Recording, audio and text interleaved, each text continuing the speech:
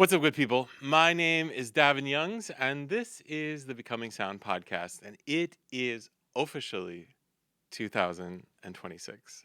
Can you, can you actually believe it's 2026? When I say it out loud, it sounds absolutely crazy, and yet here we are. The calendar year has turned, and we are moving on from 2025 to 2026. And what is time anyway, right? But I do think a lot about how time feels especially wild, and I don't know how much of it is attached to me just getting older, but also sort of a symptom of the time in which we live, where so many systems that reference time are now destabilized. But regardless, it's moving at a very strange pace, and here we are, and let's do it. We don't really have much choice in the matter. The good news is that we can do it together, and that's one of the things that I'm so grateful for as I look forward to the new year. This podcast and connecting with you and being in conversation and exchange with you. I actually did an event at the end of the year, and one of you came up to me and told me how much the podcast has meant to you, and that just means the world to me to be able to have this type of conversation and this type of connection. And it's my intention to come here and say things that provoke you, um, in not a nefarious way, but just are meant to provoke thought and potentially change in your life, because it's just better if we all do this together. So here we are. If you'd like to stay in more direct connection with me, I invite you to find me on social media. You can find me particularly on Instagram at Davin Youngs. You can head on over to YouTube at Davin Youngs there.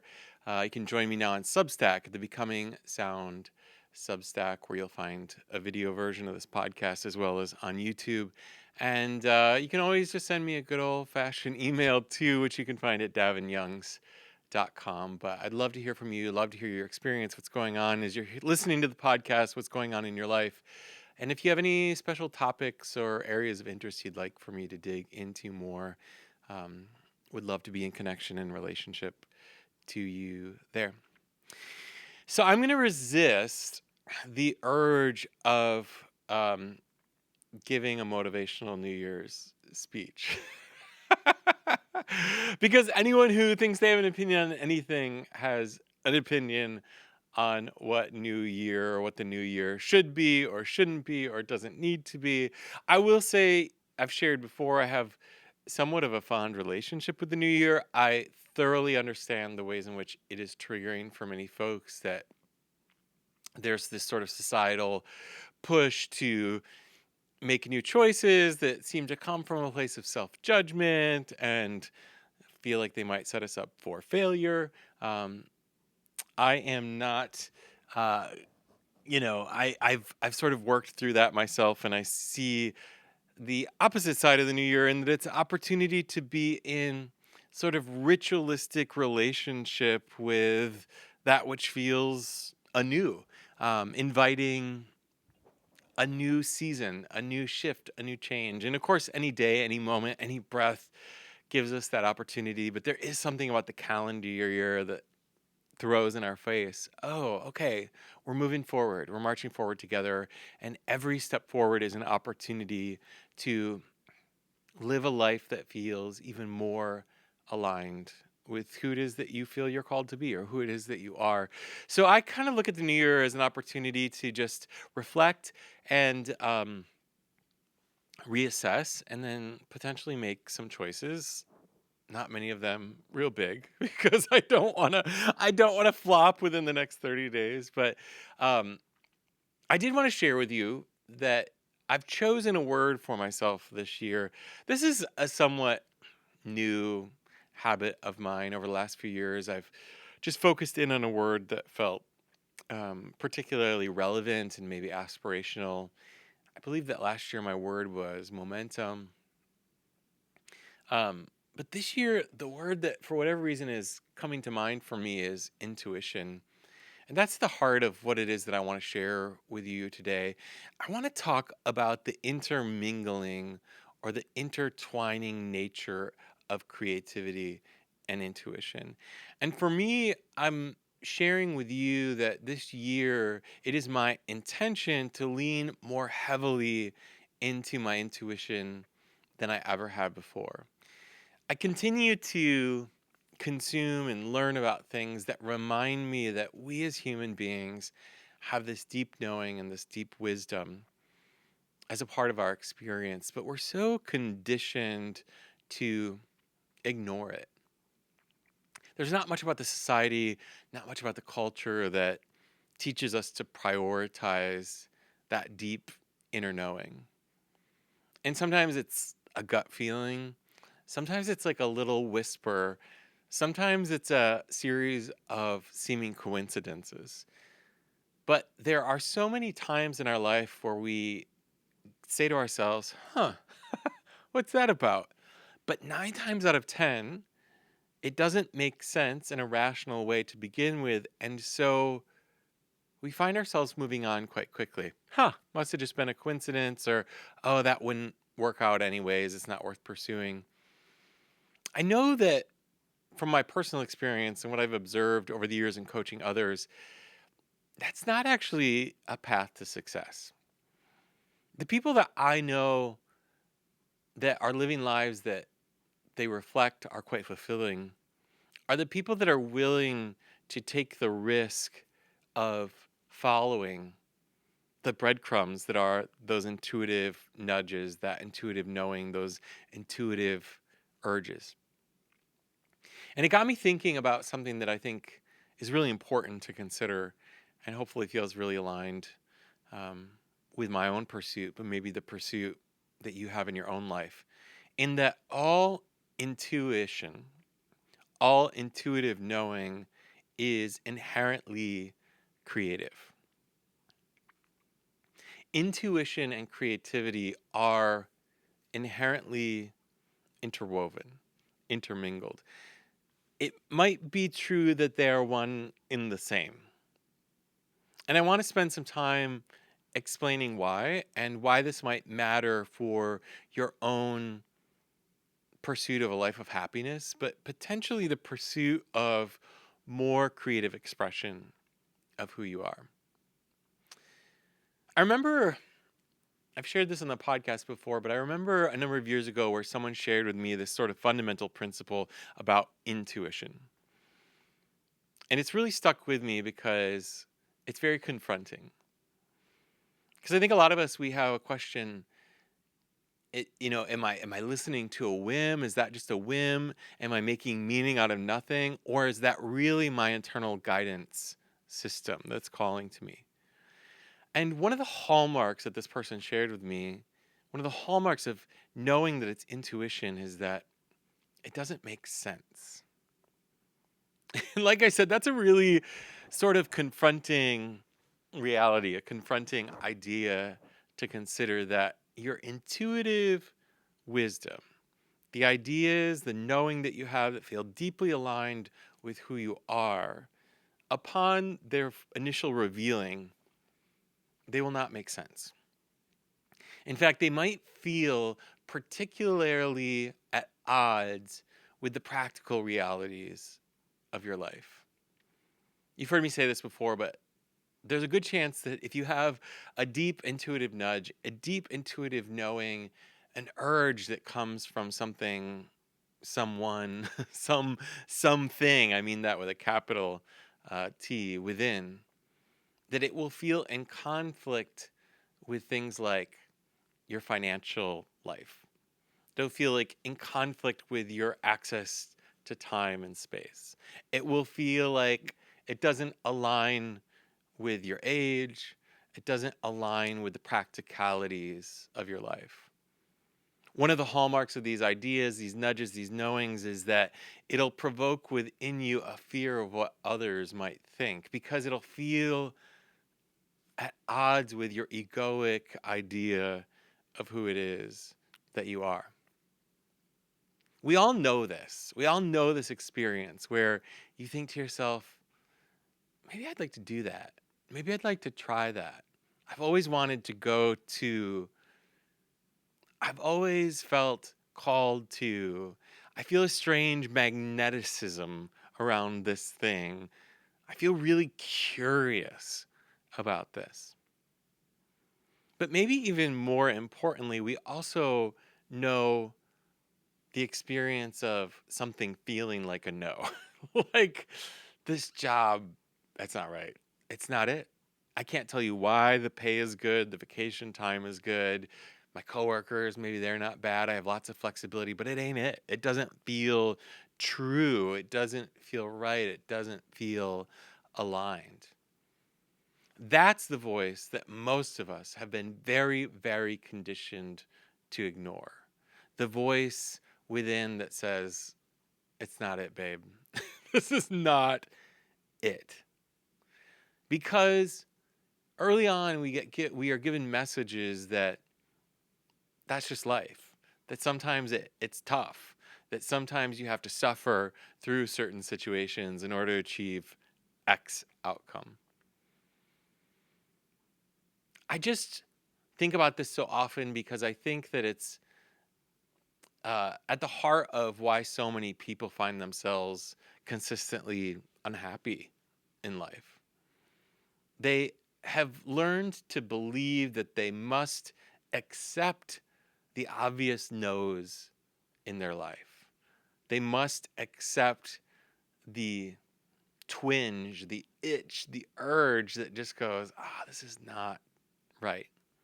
And further, they're taught to ignore the messages, the signals from the body and the heart and the mind and the spirit that say, there's more for you. There's more for you. You don't have to suffer like this. You don't have to abide in this sort of discomfort. So, how do we break beyond that? How do we move through that? How do we together step into a life that honors the no's, that believes them as true, that allows that visceral feeling of not this to be a guiding force around the decisions that we make? But maybe even more importantly, how do we become attuned to the yeses in our lives, to the curiosity, to the impracticality of pursuing something just because you love it, just because it excites you, just because it feels good? How do we do that? Well, one way I know to begin is through creative acts. And this is where I want to share with you the interconnectedness of intuition and creativity. I don't know where you are in the spectrum. You might feel at your core, at your heart, like you're a very creative person. You feel like you were called to be on this planet to create. You know that you are supposed to live a life of creative expression. If so, awesome. I've got some stuff for you here. But the other end of this spectrum is that you don't really feel aligned with creativity. You don't feel like it's something you have ever really been good at or been given the permission to explore as a young person. You maybe dabbled in it, you thought it was fun, but quickly were told it was impractical. It wasn't something that you were had the permission to pursue. It wasn't something that you were taught to honor within yourself. And then maybe you fit in between these things where there was times in your life, or there have been times in your life where you were very creative and then life just took over. You had kids, you had a job, you had other obligations. Maybe a parent became ill. There were things that sort of pulled you away from the time and the space and the ability to prioritize your own creative expression. Or maybe you've recently found your way back and you're trying to figure out how to continue to integrate creative expression, the expression of who you are more fully in your life. Wherever you are on this spectrum, there's a direct correlation between your relationship to your intuition, your relationship to your deeper self and your deeper knowing. Because the thing about creativity is it too never makes sense. It never makes practical, rational sense. It never feels like available for quick consumption to the masses and to your life at large. That's not to say that the creative expression doesn't also feel like a yes, but the initial urge, the initial twinge, the initial um, proclivity, the initial sort of movement toward will always feel strangely irrational. It will feel confusing. It will feel like it provokes within you a challenge that you're not quite sure you're ready to pursue. It too will ask you, why am I doing this at this age? I don't have the time to do this. I certainly don't have the money for this.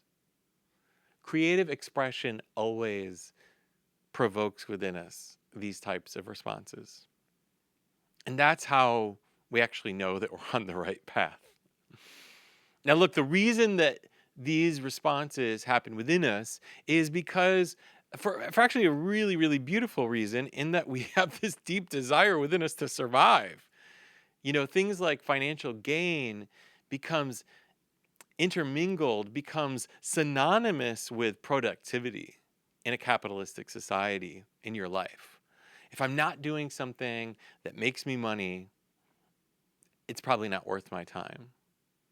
I fall prey to this all the time, especially as someone who has chosen creativity as my profession.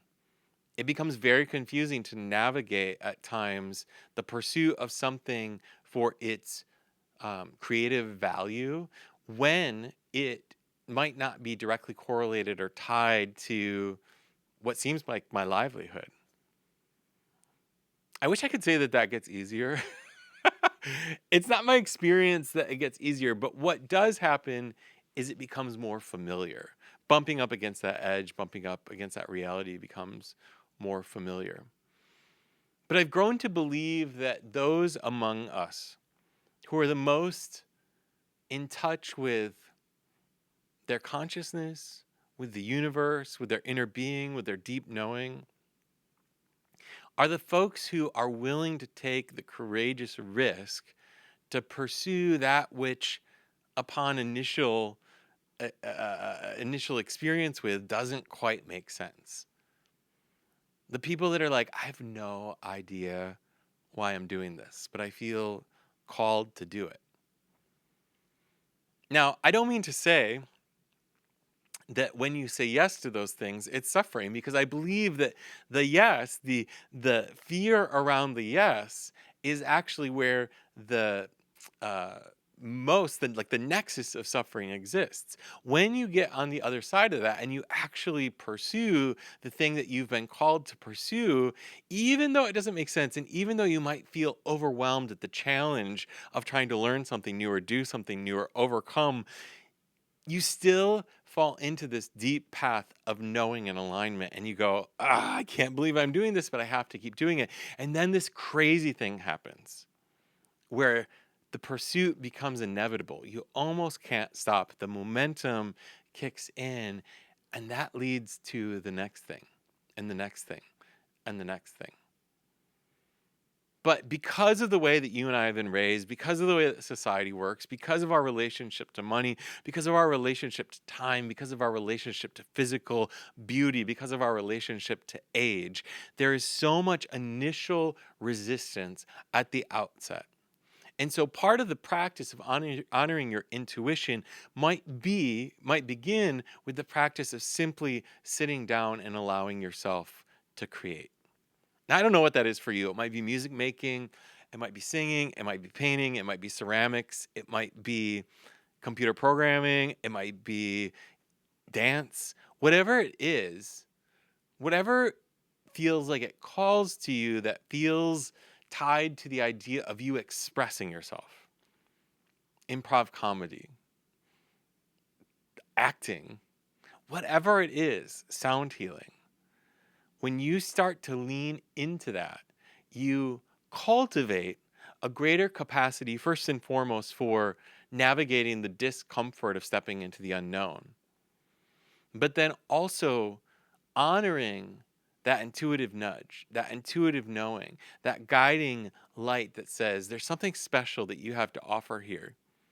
And regardless of the outcome, letting go of the outcome, you have to pursue it. Which leads me to my next point. Intuition and creativity never center outcome.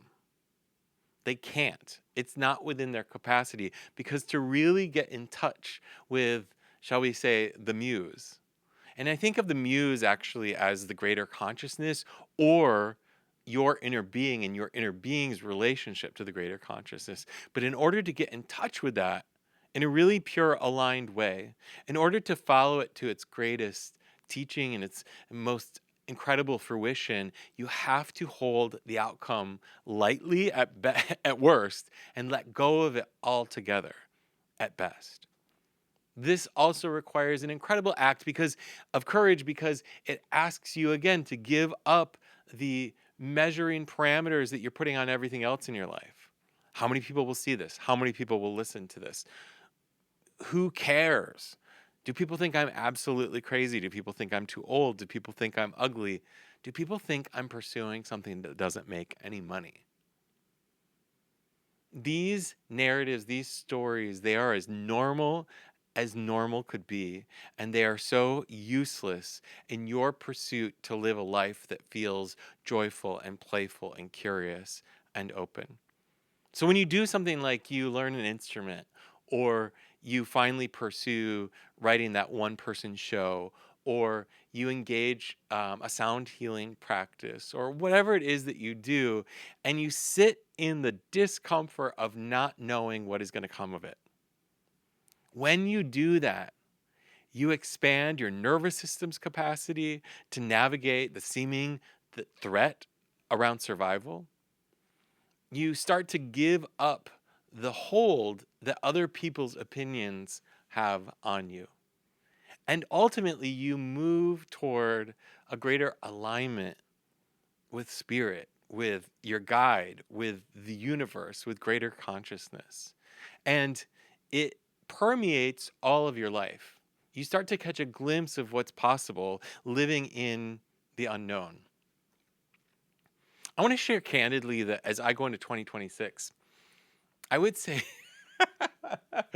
there is less known about this upcoming calendar year in my life than I've experienced in recent memory. I've shared before that in 2018, I took what I called a radical sabbatical. I quit everything.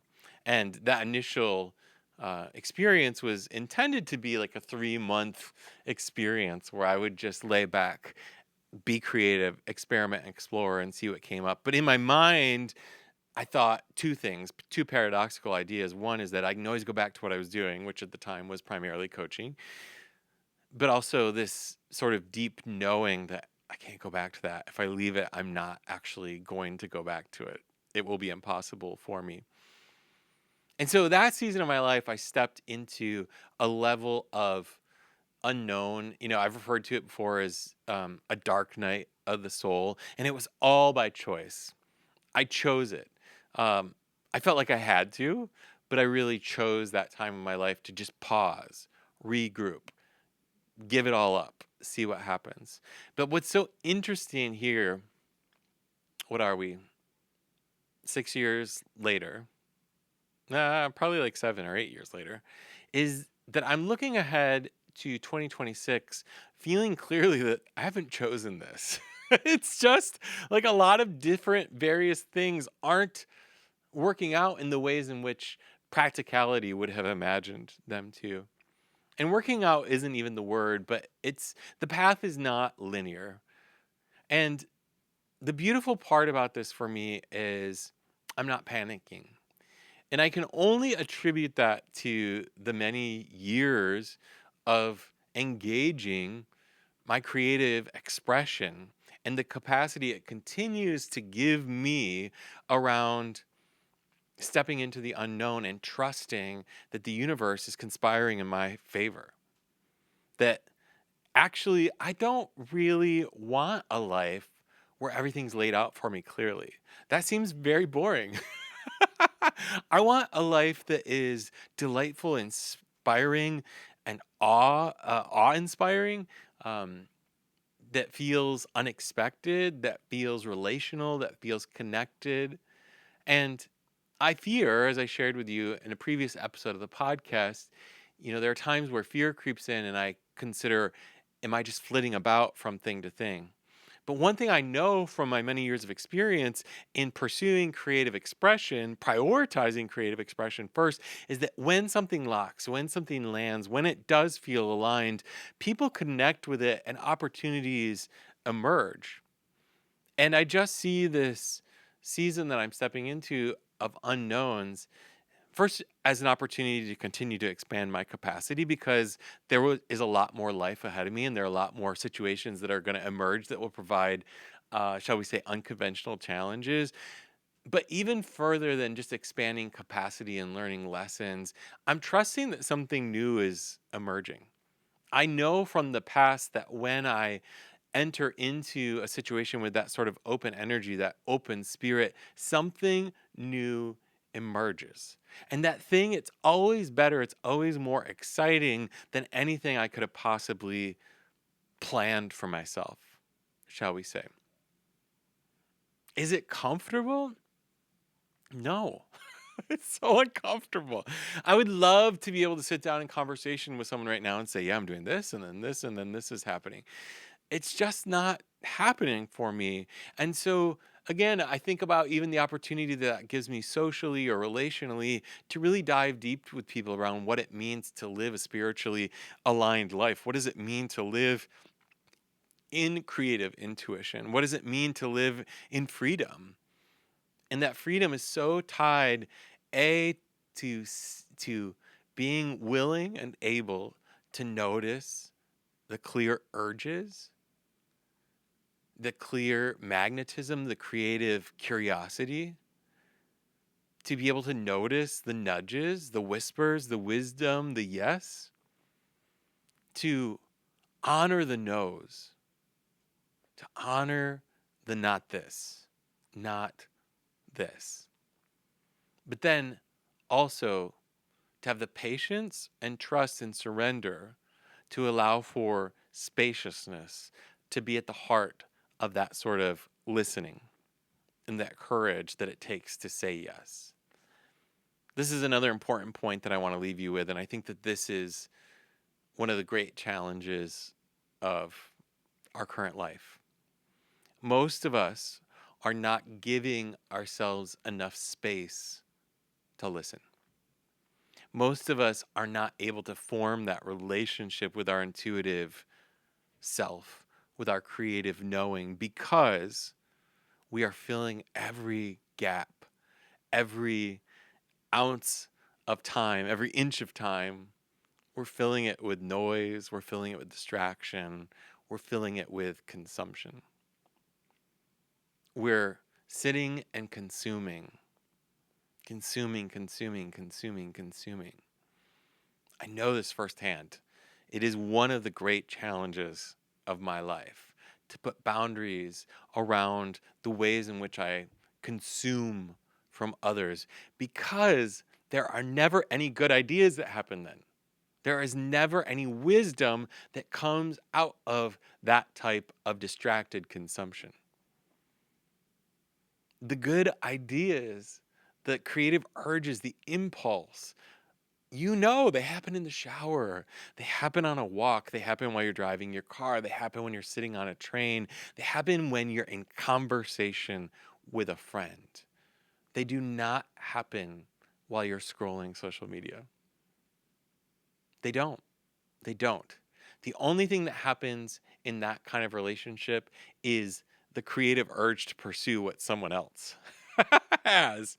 Actually, what happens even more is envy, frustration, disappointment, resentment, anger. It's the nature of what that type of consumption is. It masquerades as inspiration, but my friend, the inspiration was always coming from the deepest parts of you. You just haven't been able to listen. Not because something's wrong with you, but because it hasn't been encouraged to be a focus of your being.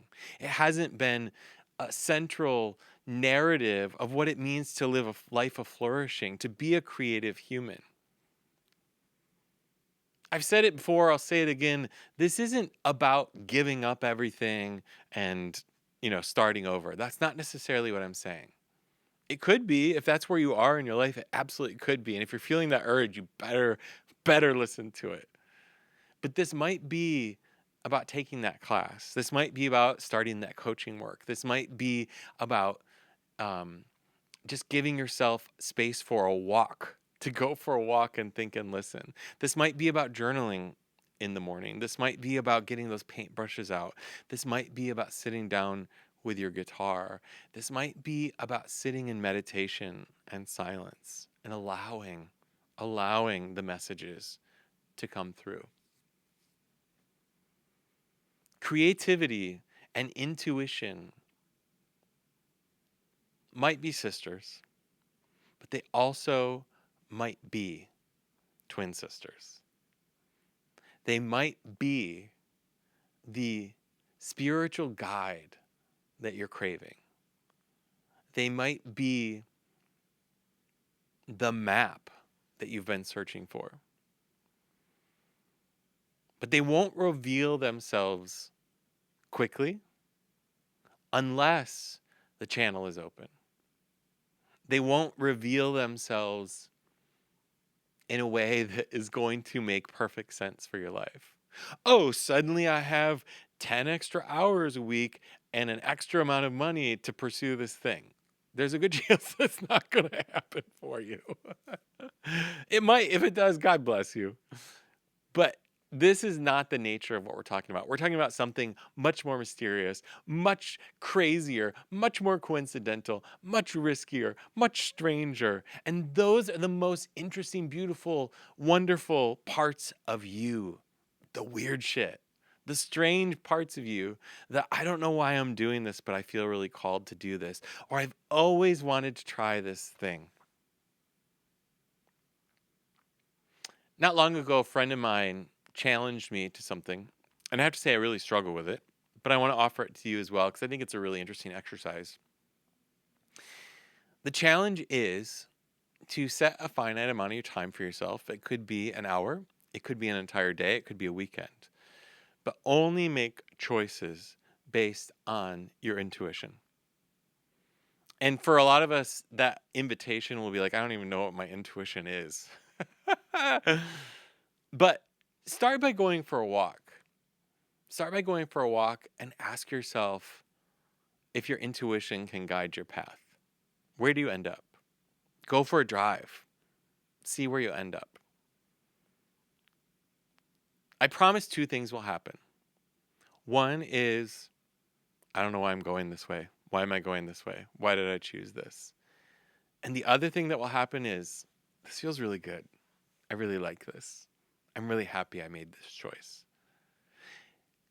You can always know it was your intuitive guiding system. You can always know it was your most creative self when you're in it, when you're on the other side, you go, I don't know why I made that choice, but it was great.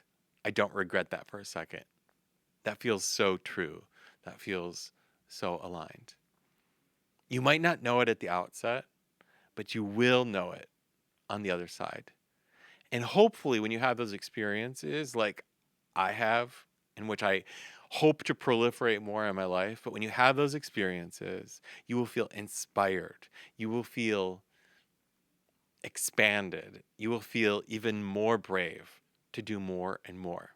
And more, you'll make choices that people around you might scratch their heads at. But what they will know about you is that you're happy, that you feel in alignment, that you feel authentic, that you feel honest, that you feel true. And who knows, maybe you do blow the whole thing up. maybe all of this wasn't ever coming from that place and now is the time. Or maybe your life looks strikingly similar to how it always looks, but you feel in deeper alignment than you ever have been before.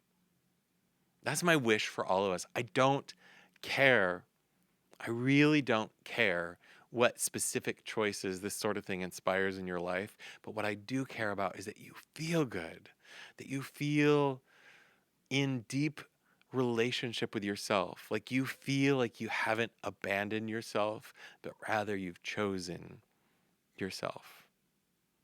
So, again, start with these small acts. Start with choosing creativity. Carve out the smallest space. Sit, walk, allow your intuition to guide, engage things that you love, and try to spend your time with and around people that are embodying this kind of behavior. Let their path inspire yours.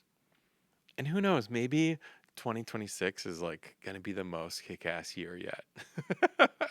Maybe 2026 is the year that you finally choose yourself. And I guarantee, based on everything I know, if you do that, it will be the most creative act of your life. And that creativity will draw you into the deepest connection, both with yourself and with others that you've ever experienced. All right, that's what I'm going to leave you with, my friends. I love each of you. I appreciate you. I'm inspired by you. And I look forward to us walking down this path together in the new year. Until next time, peace.